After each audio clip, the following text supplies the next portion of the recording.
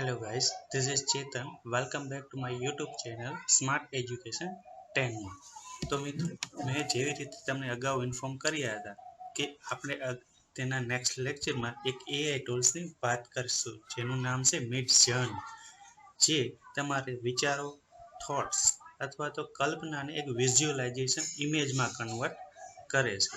જે કયા કયા ફિલ્ડમાં ઉપયોગ થાય છે, શા માટે તેનો ઉપયોગ થાય છે અને કેવી રીતે તેનો ઉપયોગ કરવામાં આવે છે, તેની સંપૂર્ણ માહિતી, તેની પ્રક્રિયા શું છે, તેની વિગતો, તેના માટેના કયા સ્ટેપ્સ છે, તે બધી જ બાબતોને આપણે આ વિડીયોમાં ચર્ચા કરીશું. તો ફર્સ્ટ જોઈએ તો મિડજર્ની AI ટૂલ. વિગતવાર પરિચય અને ઉપયોગ. આ પ્રેઝન્ટેશનમાં આપણે મિડજર્ની AI ટૂલની વિગતવાર ચર્ચા કરીશું. આ ટૂલ્સનો ઉપયોગ કેવી રીતે કરવો અને તેની પ્રક્રિયા શું છે, તેની વિગતે ચર્ચા આ વિડીયોમાં કરીશું. આ એક ક્રાંતિકારી પ્લેટફોર્મ છે જે તમારી કલ્પનાને વાસ્તવિકતામાં બદલી શકે છે. મીન્સ કે આપણા માઇન્ડમાં જે પણ થોટ્સ છે, કોઈ પણ કલ્પના છે, વિચાર છે, તે તમે આ મિડજર્ની સોફ્ટવેરનો પ્રોમ્પ્ટ્સ તરીકે એન્ટર કરશો એટલે એ તમને વિઝ્યુઅલાઇઝેશન ઇમેજ બનાવીને, મીન્સ કે છબી બનાવીને આપશે. મિડજર્ની શું છે? એક વિઝ્યુઅલ ક્રાંતિ છે. તો તેના વિશે આગળ જોઈએ. મિડજર્ની એ એક અદ્યતન આર્ટિફિશિયલ ઇન્ટેલિજન્સ પ્રોગ્રામ છે જે ટેક્સ્ટ વર્ણનોમાંથી છબીઓ બનાવે છે, જેને પ્રોમ્પ્ટ્સ તરીકે ઓળખવામાં આવે છે. તે એક જનરેટિવ AI મોડેલ છે જે લાખો છબીઓ પર તાલીમ પામેલું છે, જેનાથી તે વિવિધ શૈલીઓ અને થીમ્સમાં અનન્ય વિઝ્યુઅલ્સ બનાવી શકે છે.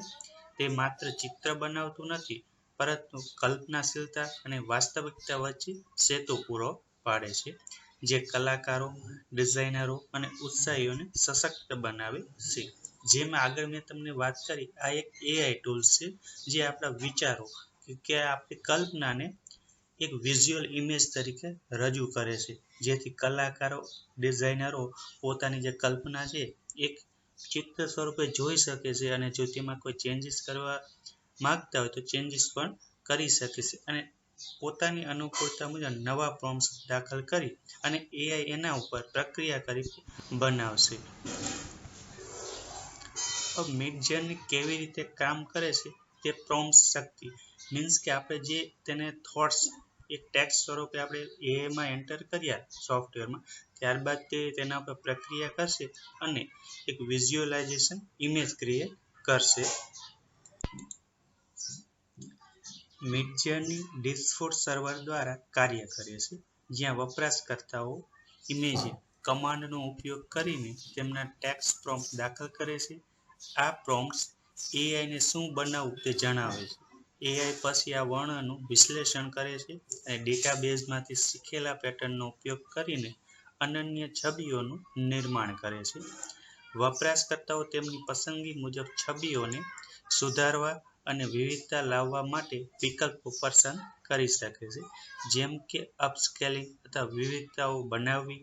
પ્રોમ્પ્ટ્સ જેટલો વિગતવાર અને ચોક્કસ હશે તેટલું આઉટપુટ તમારી દ્રષ્ટિની નજીક હશે. એટલે કે આપણે જ્યારે મિડજર્ની જે AI ટૂલ છે તેની વેબસાઇટમાં એન્ટર થઈએ તો તેમાં એક ઇમેજિન નામનો કમાન્ડ હોય છે.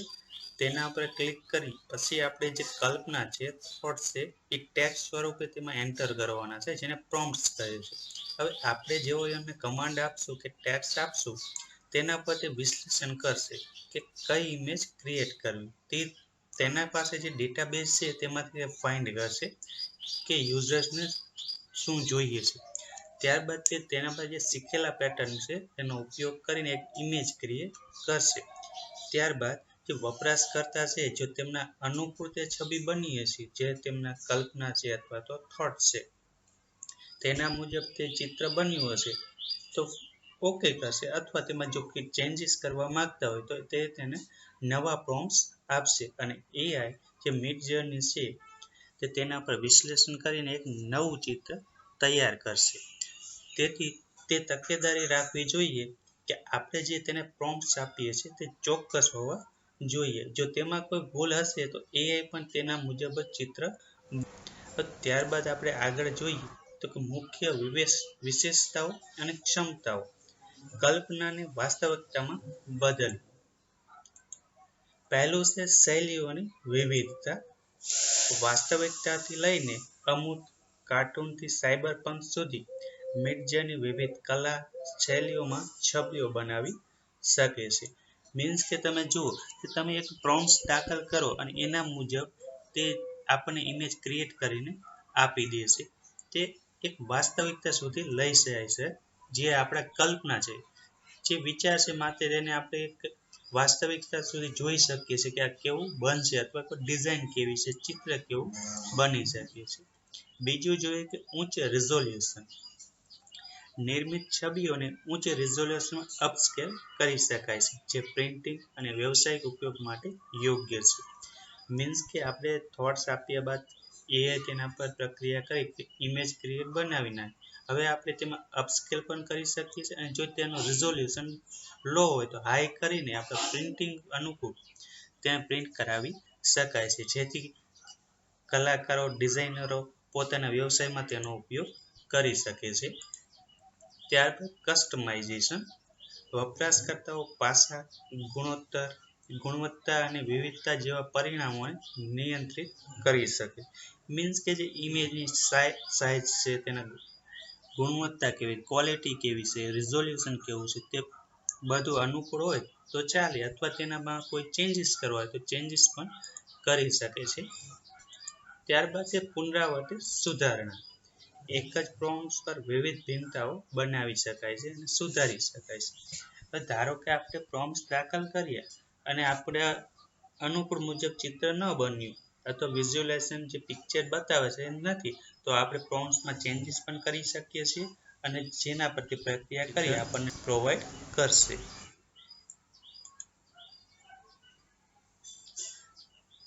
આગળ જોઈએ તો મિડજર્નીના વ્યવહારિક ઉપયોગો કલાથી કોમર્શિયલ સુધી.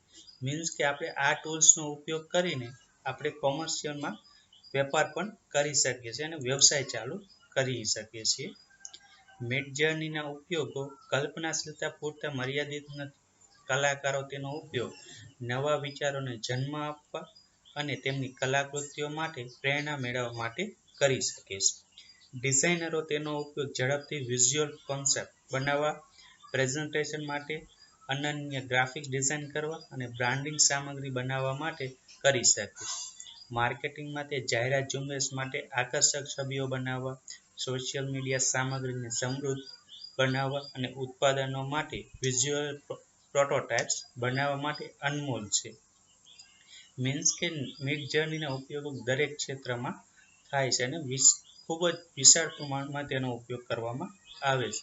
કલાકારો જે છે તેમના માઇન્ડમાં કોઈ પણ વિચાર હોય, હવે એ વિચાર જ્યારે આ સોફ્ટવેરમાં કે વેબસાઇટમાં ઇમેજિન કમાન્ડ આપીને પ્રોમ્પ્ટ્સ દાખલ કરશે, એક વિઝ્યુઅલાઇઝેશન ક્રિએટ થઈ જશે, જેથી તેઓ તેને જોઈ શકશે. કોઈ ચેન્જીસ કરવા હોય તો ચેન્જીસ પણ કરી શકે છે. ડિઝાઇનરો તેનો ઉપયોગ, હવે કોઈ ડિઝાઇન બનાવી છે એ આપણા માઇન્ડમાં છે, તો વાસ્તવિકમાં કેવી રીતે રજૂ કરવી. તો વાસ્તવિકમાં પિક્ચર સ્વરૂપે આપણે જોવા માંગતા હોય તો આપણે આપણા ખાલી વિચારો છે, ડિઝાઇન છે માઇન્ડમાં, એને આપણે ટેક્સ્ટ સ્વરૂપે એન્ટર કરવાનું, જેથી તે આપણને ડિઝાઇન બનાવીને આપશે. હવે આનો ઉપયોગ આપણે વ્યવસાયમાં પણ કરી શકીએ છીએ અને નવી નવી ડિઝાઇનો પણ બનાવી શકાય. અત્યારે તમે જાણો છો કે જાહેરાતના મોટા પ્રમાણમાં કંપનીઓ કરતી હોય છે, બ્રાન્ડ બનાવતી હોય છે, તેના માટે અનેક ડિઝાઇનો અને ચિત્રોની જરૂર પડતી હોય છે. હવે આપણે આપણા ડિઝાઇન કેવી રીતે બનાવી, આપણા માઇન્ડમાં ડિઝાઇન છે પણ વાસ્તવિક તે કેવી દેખાશે, કસ્ટમરના માઇન્ડ ઉપર કેવી રીતે ઇમ્પેક્ટ પાડશે, તેની બધી જ માહિતી આપણને આપે છે.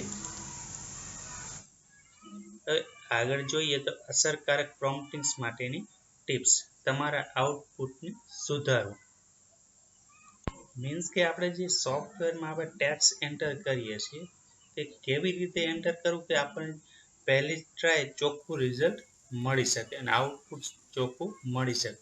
જેથી જો આઉટપુટ ચોખ્ખું મળશે તો આપણો ટાઈમ પણ બચી જશે અને ચેન્જીસ કરવાની કોઈ જરૂર પણ નહીં પડે. એટલા માટે ફર્સ્ટ છે ચોક્કસ અને વિગતવાર બનાવો.